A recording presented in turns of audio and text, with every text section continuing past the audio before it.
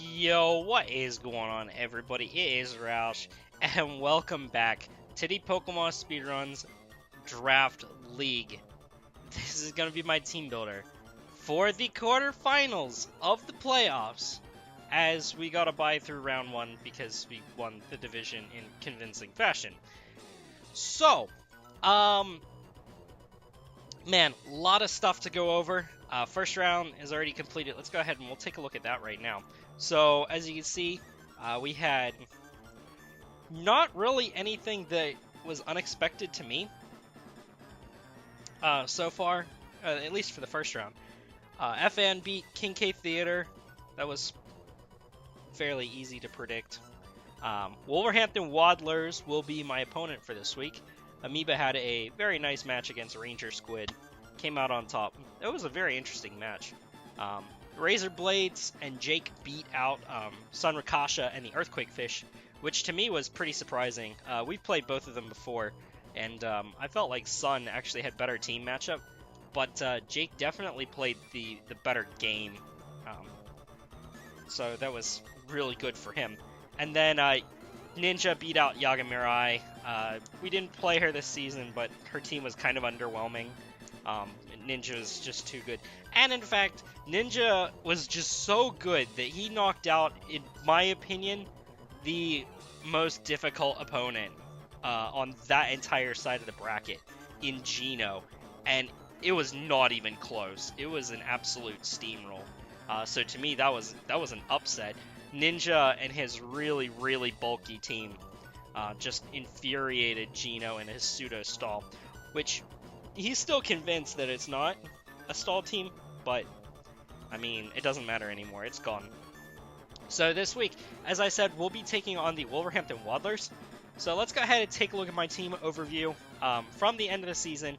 So we have Zygarde 50%, Tangra, Sylveon, Empoleon, Claydol, Shuckle, Mega Gallade, Crobat, Incineroar, Xurkitree, Greninja. You know him well. My MVP is, of course, the Zygarde, but Empoleon had another really impressive showing against the New York Yanmegas last week. But enough about my team. You know them too well. Let's talk about Amoeba's team. And for those of you who are not absolutely blind, the first thing that you should notice is he's BugSquad. So, Monobug, once again, same as last season. He's gonna probably do well. He says actually next season he wants to try and use some other mons, but I mean, being a quarterfinalist for the first 3 seasons with a mono-type team in draft format is pretty impressive. Albeit it is, I mean, Bug is one of the best mono-type teams because they've got tremendous offensive upside, and a lot of them have access to Quiver Dance. So stuff like Volcarona, Venomoth has Quiver Dance, Crustle has Shell Smash, so just some really threatening setup sweepers. Buzzwole has been his MVP. It has been an absolute monster. Most of the kills it got while it was holding the Choice Scarf. So Choice Scarf Buzzy has been one of his main forms of speed control. He hasn't really bothered with webs so much. He brought them on Araquanid a couple times. He brought them on Galvantula another couple of times. But he doesn't have a Rapid Spinner. So he's forced to... His hazard clear is... he's got Volcarona, he's got Mega Scizor, he has... maybe that's it. Maybe it's just those two. Defoggers, and that's it. So he doesn't have a whole lot in the way of hazard clearing. And of course, the biggest gripe about Monobug is the fact that you are weak to rocks. Oh, I guess Venomoth and Volbeat also get defogged. So Prankster, defog Volbeat, and then just defog Venomoth are an issue. But in terms of stealth rockers, Crustle is the only option. He's got a pair of Spikers with a Selgor and Crustle. So Crustle can do so many things. A Selgor can also set up Toxic Spikes. Venomoth also has access to Toxic Spikes. But that's fine, because my team really doesn't care about Toxic Spikes, and it really doesn't care about entry hazards in general. Especially not the squad that I'm bringing. So let's go ahead and talk about them. First Pokemon that I am going to bring this week is going to be Shuckle. So, the idea behind Buckle This is if I see a Crustle on his team and I expect it to be a lead type set, this Shuckle is coming out and clicking Encore immediately. It doesn't matter what the Crustle does. I'm super slow. No Crustle will outslow me. I am free to Encore him into whatever he wants. If he goes for Shell Smash, I get a free either Sticky Webs and Stealth Rocks, and then I get a free switch out into something, and whatever that something is, has one more turn in which it can kill. So, the beauty of Encoring with Shuckle is you actually get to take advantage of 3 turns of Encore, as opposed to if you're a faster Pokemon and you get Encored immediately, you don't always get to take advantage of that extra turn.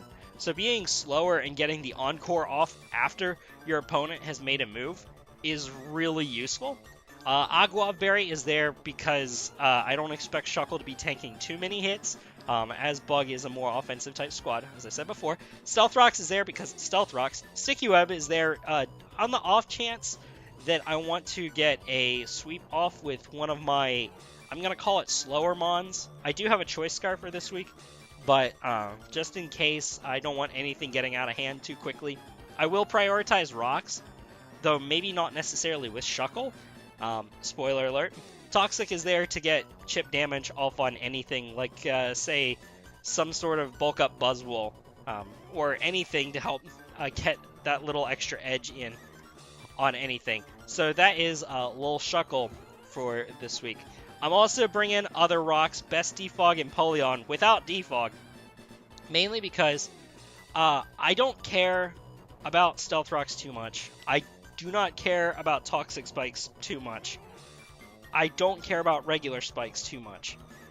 But the fact that his team is relatively weak to hazards, and he doesn't have a Rapid Spinner, if he wants to clear hazards, he'll have to clear his own.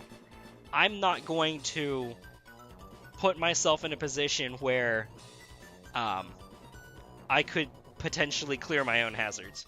And Claydol is definitely not coming this week. So I decided, let's just forego Defog. Let's go with a more offensive type approach. So Stealth Rocks, Roar, Scald, and Knockoff. Scald is there mainly for that Crustle, like I was saying. If it comes out early, I Encore it, and Polion can Revenge Kill with a Scald. Knockoff is there, not too important, but in case I want to check and see if some random thing is carrying a Scarf, especially Galvantula. Galvantula is a relative problem if it is Choice Scarfed, and I kind of expect it to be Scarfed because that would make it outspeed Greninja, which normally would be kind of a threat to Amoeba's team types, especially because he knows I can get creative with it. Stealth Rocks, of course, the Stealth Rocks Roar is just in case something in front of me is Quiver Dancing like hell, especially a Volcarona. Special Defense, Max Special Defense, a little bit of Defense, and then the rest in HP. And I already told you what Scald does. So, Focus Sash to live any singular hit. I don't expect to use it as a Focus Sash. I do expect Empoleon to be coming in on something that's sweeping. If no hazards are up, that's even better. But the Focus Sash is there more as a just-in-case kind of thing. Alright, I am also bringing Incineroar. So this Incineroar is Choice Banded. Choice Banded Jolly enables me to outspeed Galvantula if Sticky Webs are up, or if I get a Flame Charge up. So the theory behind this is potentially coming in, weakening something or threatening something that does not want to be tanking Incineroar type hits, going for the Flame Charge and pretty much 2-hit KOing the entire team, bar Araquanid. But if I wanted to, I could predict an Araquanid, and Thunder Punch exists. It's not doing too much, but it still is a Thunder Punch off of an Incineroar. So let me just quick pull up the calc on, let's pretend Max HP Araquanid. So Max HP Araquanid is taking 70, let's try that again, is taking 71 to 84%. So after Stealth Rocks, that's about a 70% chance to win a KO after Rocks. And Flare Blitz is doing nearly 50%. So Flare Blitz is actually a 2-hit KO anyway. But Of course, recoil is taken into effect. U-turn is there just for momentum. If I feel like most of Incineroar's checks are out on the field, like let's pretend a Crustle exists. Crustle will set up 4 days on an Incineroar not locked into Flare Blitz, or potentially not exactly a Volcarona, but just if I feel like Buzzwole. Actually, Buzzwole is the main thing that I'd U-turn on, because I have a tremendous Pokemon to deal with that. So, like, U-turn is there as a pivoting option. Flame Charge is there so that I can 2-hit KO some random things. Flare Blitz is there as a nuke. So that'll be Incineroar for this week. I don't expect it to pick up a kill, but I do expect it to kind of back Amoeba down from being too aggressive. So it's kind of there.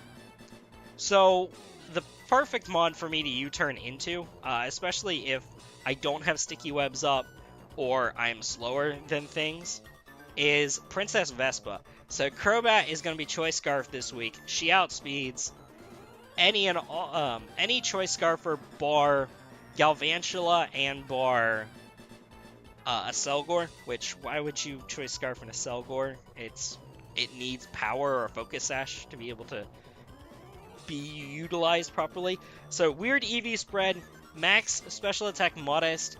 This is mainly for max special defense, or not max special defense, but Fizz Def or offensive type Mega Scizor.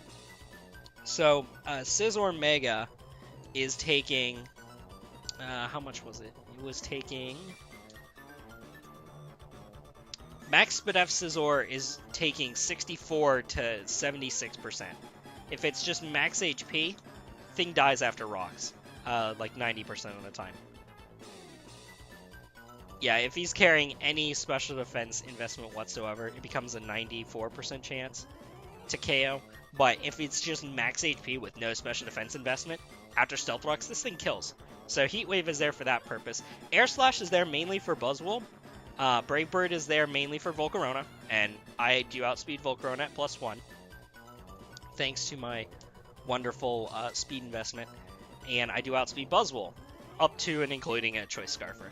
So, this Pokemon is designed to be Revenge Killer the Mon, so I wanted to build a team that would not enable any singular Pokemon to start getting set up, so that the Crobat would be able to come in and revenge anything and everything.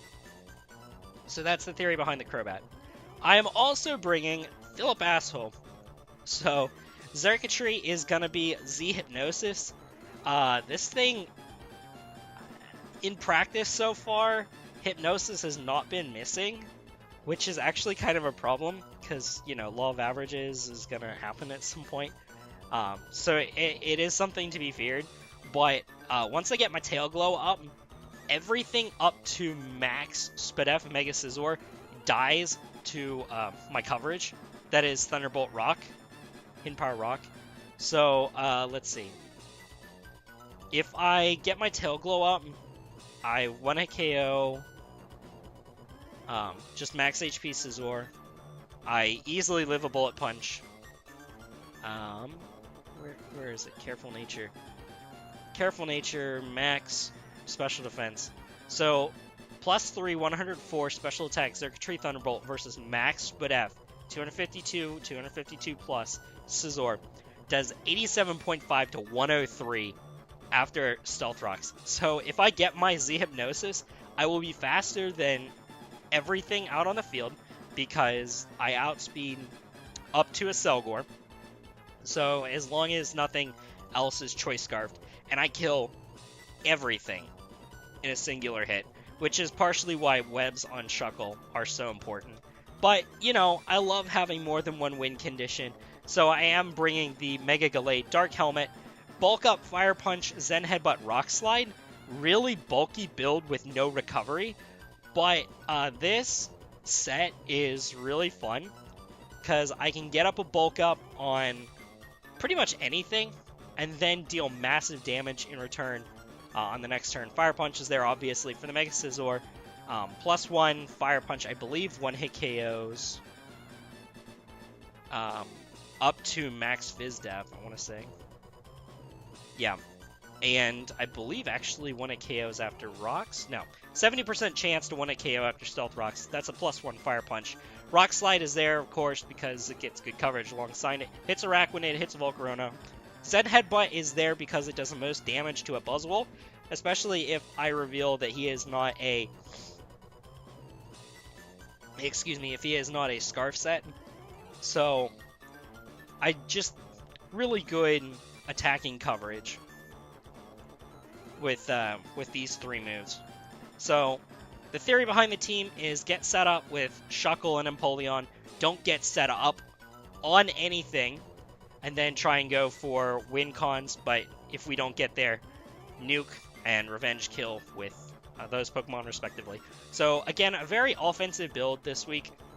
So we'll see how it turns out. Hopefully it'll be a lot of fun. I will see you all for that match.